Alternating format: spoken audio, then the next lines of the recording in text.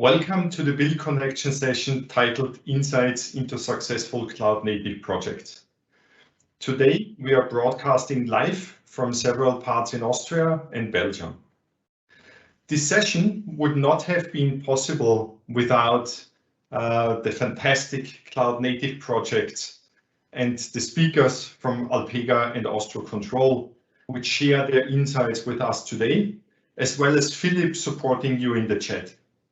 My name is Gerwald Oberleitner, and I will be your host for this session. From an agenda, I have planned a short intro to give everybody some context. Then we will cover some key aspects of the project and open for Q&A at the end. Please submit your questions already during the session via the chat or the Q&A functionality in Microsoft Teams. If not everybody is familiar with cloud native development, allow me a few words up front. Cloud native development enables organizations to architect, build, and run modern as well as scalable applications in public, private, or hybrid, but typically cloud environments. Microsoft defines cloud native by 7 key elements, which includes the use of Devops best practices, automation, API management, persistent data storage in managed data services, and architecture considerations like microservices and containers, event-driven compute, API-driven development, and a high level of automation. As a public cloud environment to run cloud-native applications, Microsoft Azure offers several services suitable for all developers, regardless of language, framework, or platform they use. Today, we will get insights into 2 projects using Azure Red Hat OpenShift, a highly scalable managed service jointly engineered and supported by Red Hat and Microsoft. And with that, I would like to ask Jonathan and Jörn to tell us more about Alpega and the smart booking application. Jonathan, you're going to start. Please introduce yourself. Hey, my name is Jonathan. I work for Alpega already for 10 years, and I'm the head of IT infrastructure. Slight small update about Alpega. Alpega is a solution for all your transport needs, actually, and we have more than 35 years of experience in the business. We help our transport sector from end to end to manage their transportation needs, and we're spanning over the whole world. We have more than 200,000 active users on a vast network of carriers and shippers that allow us to cover the end-to-end chain for the transport. We cover around 500,000 daily transactions with our solutions, and we work with more than 80,000 transport professionals. We have also a team of over 500 people in 13 different locations around the world to bring this to a good end. Now, Jeroen, it's up to you. Hi, I'm Jeroen Bizer. I'm a software architect for Alpega. I was responsible for the migration we did to Azure. This is a figure of our architecture that we did for smart booking. So we have a number of applications within Alpega. One of them is smart booking. And what smart booking does is enable our clients to plan and execute the pickup and delivery of the goods. For this application, we have a number of Spring Boot microservices in OpenShift. These make use of different managed services of Azure, like you can see in the figure, the API management service, SignalR, a managed Postgres database, Redis, and others. To investigate how this all ties together, we use the Azure Application Insights that can look into OpenShift and most of the managed services. Our old monolith on the left runs in Oracle Cloud, and to cut it in pieces, it sends out and receives events to talk to the newer components in an event-driven fashion. I'll let Jonathan explain more how the operational side of things work.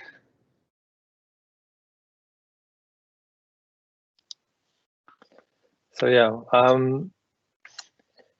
We have, from start, we knew that setting up this environment would be needed to be done in a reproducible way, and therefore we were using Terraform as our main way of working. Not only did we want to bring the best of infrastructure as a code, we needed as well to have an agile way to roll out the changes we were making to the platform and as well to the cloud native solutions and services that Azure was offering us, or that is offering us.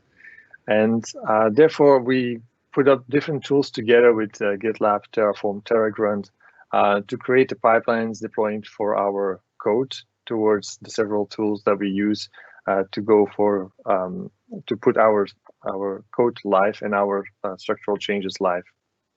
So we were trying to set our platform set up as isolated and as secure as possible, and still have a consistent way of deploying and having our changes being done in a controlled fashion. Gerald? Perfect. Yeah, so thank you very much for the introduction. I already have two questions to start off a little bit the interactivity. And you mentioned you are using OpenShift on Azure, and that you have chosen the managed Azure Red Hat OpenShift service for your application. Can you talk a little bit about the path leading to that decision? Yeah, I'll answer this one. We started using OpenShift on AWS. Before there was a good Kubernetes platform on AWS, and we have been happy with the tooling that Red Hat provides on top of the Kubernetes platform, and our build and deployment runs on it as well. So when we moved to Azure and we learned that there was already a managed OpenShift on Azure, we wanted to keep it that way. Anyway, as moving from AWS to Azure is already a big change, we wanted to keep as much as possible the same. The biggest issue before we had with OpenShift was upgrading it, and now this is done for us with a minimal impact. Communication with Red Hat and Microsoft to resolve any issues had some hiccups at start, but now it runs very smoothly, and they are actively monitoring our OpenShift cluster and do the needed modifications to keep our platform stable. Perfect. So that's very interesting insights, especially that you also mentioned that this was a migration project where you migrated from AWS to Azure. Has there been any specific driver for that, or what was the reason for you doing that? Yeah, the decision was mostly customer driven. So historically, we have a lot of customers in the chemical and food manufacturing sector, but now we had a big retail customer coming in, and we also see that there is more traction for retail customers for this smart booking product, and the connection between AWS and Amazon became an issue. Yeah, so that's a very interesting aspect, which we see not only with the retail industry. We see that customers pay more attention how the data is stored and where the data is stored, also in other industries. So that's a very interesting insight. But I also want to move more to the technical aspect of the migration, and was wondering if you could share some of your learnings, or if you could share some pitfalls our audience should avoid in such a migration project. So what was your experience with migrating the application? Well, migrating the application was actually, from a high level point, well, it was actually quite simple to do, but from an infrastructure point of view, making changes to the platform was actually a big challenge. We decided to tie in with the services of AWS, and that was our way forward. So the move then to Azure with different services was then not made so simple. We used Terraform and TerraGrunt code on AWS already to build up our environments and roll out our applications. Due to the fact that we obviously use different services within the different clouds, it made it so that we needed to rewrite all our code from the ground up. However, we kept our architecture virtually the same, for the fact that, well, we didn't want to make too many changes on our application. So although Terraform and Terragrant are multi-cloud, it didn't really simplify our migration, unfortunately. The microservices, on the other hand, they don't really care where they're running. They're just happy if we feed them the right SDKs. And the number of code changes due to the new SDKs was also quite limited and was quite fast implemented. Most of the work was figuring out actually how the Azure services were behaving differently towards what we were used to with AWS. We were making heavily use of APIs within the application. Making this work with very small changes on code level has proven to be a huge challenge on infrastructure level. We spend a lot of time, we'll try and error to come up with an architecture to make it all work together. Something that we initially thought would be a walk in the park, since APIs are standard and the way it works is also quite commonly known. Microsoft should be included in your journey towards the migration, because they really know the products themselves. They know how it works, and they can really simplify your migration process, and they can steer you away from all the different pitfalls that we unfortunately had encountered. And they also can bring you best practices to make your migration coming to a good end. Yeah, sounds great. So you really migrated a very modern application, which of course also has some dependencies. And I think that's also something which has already been noticed, and there are also projects going on in the industry, like, for example, Dapper, which you will probably hear a lot about at this conference, to mitigate that issue a little bit in terms of having a framework available which reduces the dependency to vendor-specific APIs. But that was not available at the point of time when you started the project. Unfortunately, that project has been in a very early stage at that time. So thank you very much to Jonathan and Jörn. In regards of time, I want to move on to our next speaker, and would like to ask Markus from Austro Control to give us an introduction into his person and into Austro Control as a company.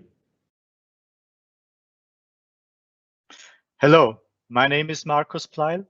I'm working at Austro Control as a service manager. What do we do at Austro Control? We deliver safety in the air and on the ground. Austro Control is the National Air Navigation Service provider and Civil Aviation Authority. To put this in numbers, we handle approximately 3,700 flight movements per day, or 590 landings per day. These are pre-crisis numbers from Beijing 2019. These numbers are now currently down. Additionally, as Civil Aviation Authority, we license and oversee organizations, aircrafts, and personnel. We have approximately 500 organizations licensed, 2,700 aircrafts registered, and 15,000 personnel licensed. In total, Austro Control employees 1,100 employees, with 400 in the core business air traffic control offices. Our technology challenges range on a vast spectrum, from changing to voice over IP for ground-to-air communication to the pilots, from radar to multilateration, or like nowadays, drone governance, and of course, a lot of legacy systems. I'm working in Office IT, and also we have legacy systems which keep up the pace. I have approximately 15 services running out there. And as an example, how to move in the cloud, I now wanted to have a new service up and running. Next slide.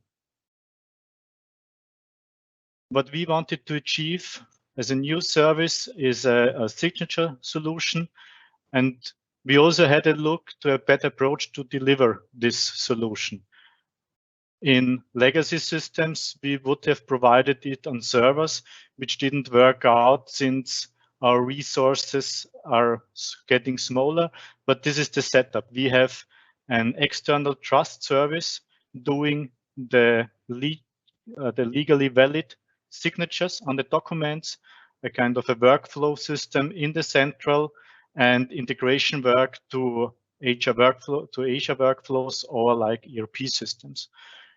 Our users are our employees. It's an internal enterprise service where we have assistants providing documents to management personnel, signing these documents with the trust service external. This is the raw setup where we started a few years ago, and we were now looking into how we can achieve this. Perfect. So thank you very much for the introduction in the solution. I guess there is a lot of paperwork to do in your organization, and this is the digitalization project for such a process. Probably everybody from our audience already got in contact with Austro Control because you landed at an airport in Vienna or used that airspace in the central heart of Europe. But let me get back to the project. So, what have been your main challenges in the project? So, has this been more on the technical side, on the operation side, or on the resources and staffing for the project? So, could you give us more insights on that? Of course, please do. Our main problem was operations and staffing. We are a rather small IT service provider for office services, and therefore we had to look for a way to provide even more services. Currently, we are running after events and not ahead of things, and this is what we wanted to change. And what we therefore took is a giant leap towards cloud-native deployment. Rather than legacy systems, we moved out of on-premises infrastructure where we build up, set up, operate all the systems ourselves into a cloud infrastructure. We are now doing our deployments of the service itself on a managed OpenShift service instance in Asia, and all the networking security is set up in Asia. As you see here, we have our express route back to the on-premises infrastructure, which is kind of a fallback since during lifting, we can't move all of the system out of legacy systems, all of the connections. So we require this way back, but this isn't normal traffic. Normal traffic hits our services always from internet, from the outside, over set up infrastructure.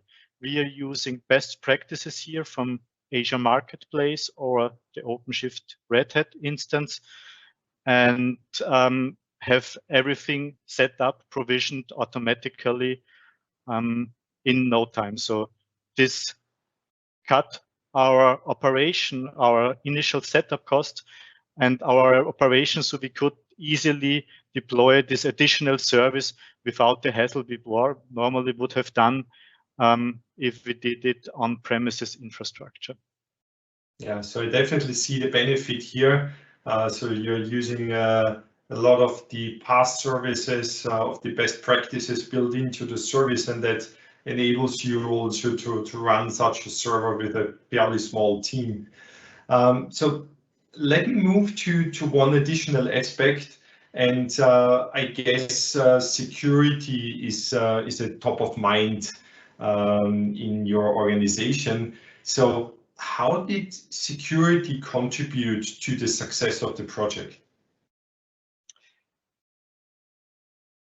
We had a strong security in mind, since every traffic is also external, and with all devices now in home office, and we want to change availability to gain access from different devices over the internet.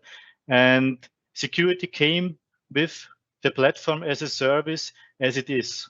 One of the strengths of Azure and Microsoft is the coverage of enterprise needs. We already had our Active Directory on place in the on-premises infrastructure, and migrating this identity management to Azure Active Directory to gain advantage over identity and access management there. So we had our identities in place, and we gained access to a whole variety of security best practices, from multi-factor authentication, conditional access, or risk-based assessment of all the logins. So the big point for me is we didn't build this all by ourselves. Like using experts to set this up.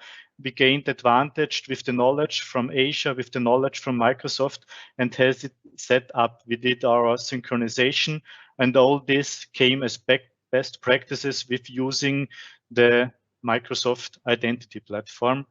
And there we now have like access from all different devices, and we applied the Zero Trust security scheme for our employees. We shifted our security mechanism from like on-premises firewall perimeter protection to Zero Trust identity-based protection with no cost and no infrastructure to set up on our side.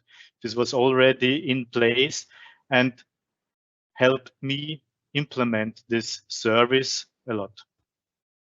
Yeah, so it's another great example of using best practices and past services. Thank you very much to Jonathan, Jörn, and Markus for your first insights. And with that, I would like to ask for Philip to turn on his camera so that we also see Philip, who was working so far behind the scenes, and bringing your questions up to the main stage.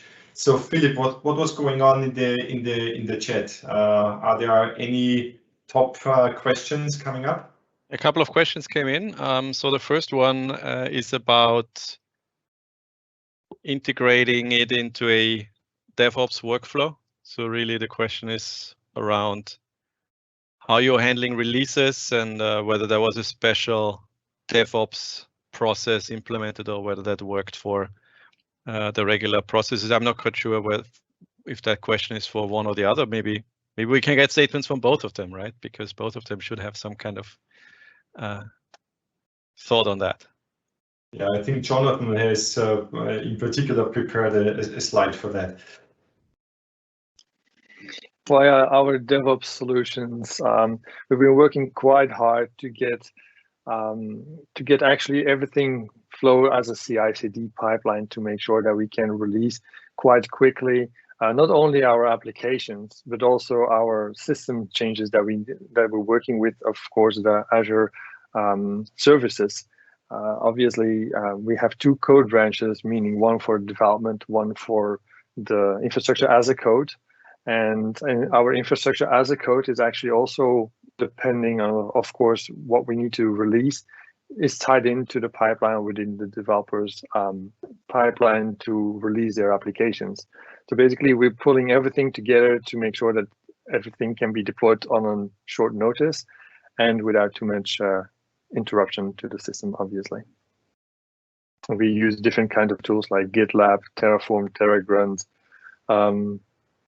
In the previous slide, you could see from me that there was also FluxCD, for example. We use a combination of different tools to make this all happen.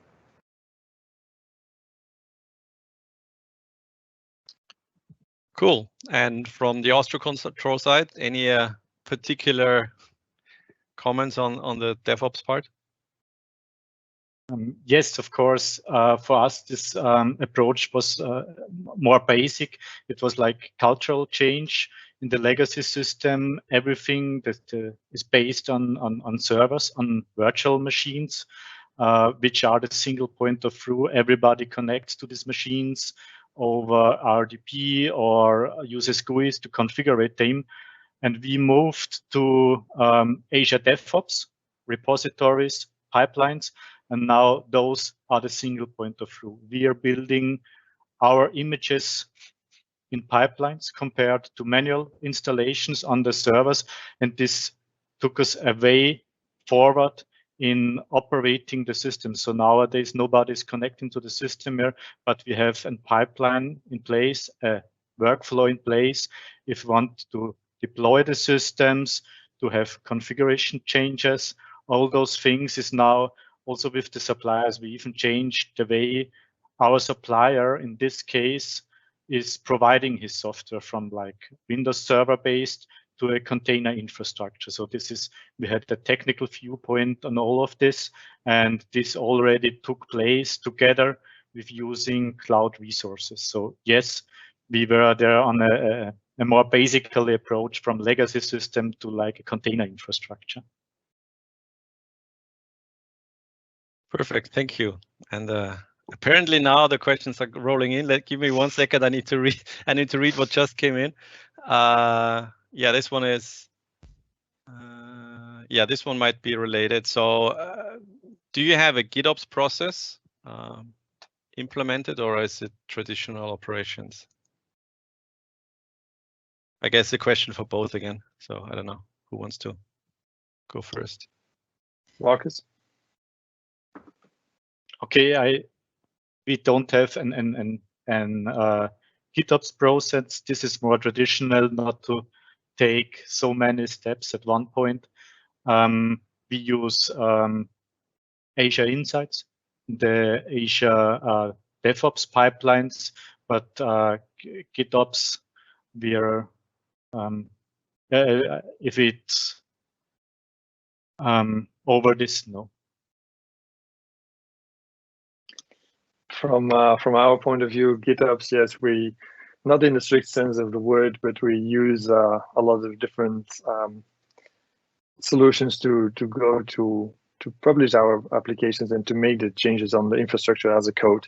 So yes, we kind of use it, but not fully. I mean, it's in the process that we implemented together with the developers to move forward and to, well, make sure that we can make the changes as we go via our Git repositories as well, mainly for certain things, especially on the Kubernetes, well, OpenShift part, that we have our configuration of our OpenShift is done actually in a Git repository, and we don't connect to the OpenShift anymore. We just make the configuration in our Git repositories, and this will be then pulled over to OpenShift whenever we do a commit. Perfect. And I guess we have time for one more question, which is kind of the million-dollar question. So do you have any guidance on planning, executing a move from on-premise to the cloud? So the 15-second answer, please, from each of you. All right. To give you need to have very good planning, very good overview, and make sure you start your planning on time, and make sure that you get good partners with you to assist you. You do? Yeah, I would think start small is very important, and that you have a good inventarization of all the things that you have already on premise to see what you need on the cloud side to make it happen. From my side, always focus on the results. The cloud services allow you, with the proper partners, such a fast pace to go into a project, to go into testing and trying things out. So make things run really fast. This is my recommendation. And especially if you like moving lift and shift, there are schemas out there. You can get this up and running. And if it doesn't work, shut it down. This was one of our strengths. Not waiting for months and years. If it's like a smaller scope, immediately jumpstart with the cloud, and you can have results in no time. Perfect. Thank you very much. And I guess it's back to Gerald for closing remarks. Yeah, thank you very much. So super interesting discussion. Time flies by quickly if there is really good interaction going on. So thanks everybody for that. Yeah, I want to really thank the speakers for the insights. As a closing remark, just direct you, if you're interested in learning more about cloud native and cloud native projects, to use the learning resources available at Microsoft Learn. Great online resource for getting deeper in the one or other topic which we already mentioned today. Yeah, and with that, we run out of time. I can only close this session.